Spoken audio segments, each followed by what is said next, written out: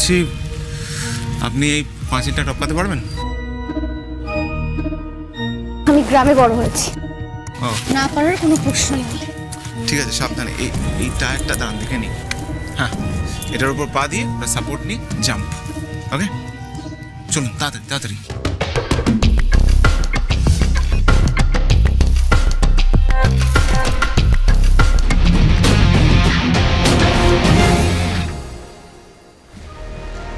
বুঝেছেন, স্কুলটা ছুটি হয়ে ভালোই হয়েছে। সব বদমাশরা একত্রিত হয়েছে, আপনি দেখতে পাবেন। চলুন, কাম কাম কাম, সাবধানে।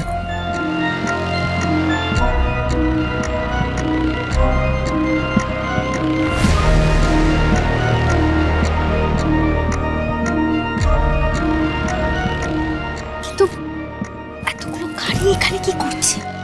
সেটা ভেতরে গেলেই বুঝতে পারবেন আপনি। কোথায় স্টুডেন্টদের গার্জিয়ানদের গাড়ি। কিন্তু আজ তো স্কুল ছুটি, তাহলে সবাই কেন এসেছে? আস্তে আস্তে ভেতরে ভেতরে ভেতরে।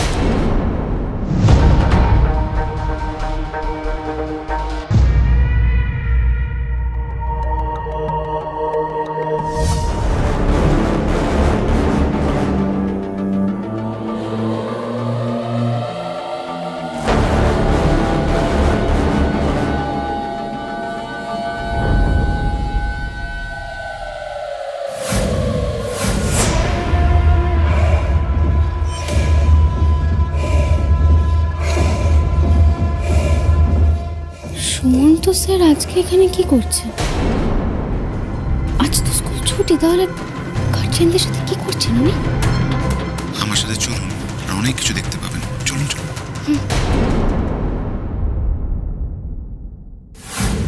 আসুন আসুন আসুন।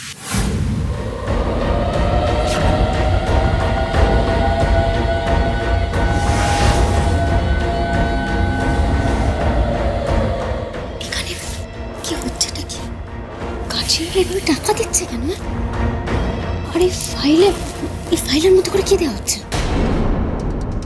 আপনি বুঝতে পারছেন না তো? অবশ্য আপনার বোঝার কথাও নয়।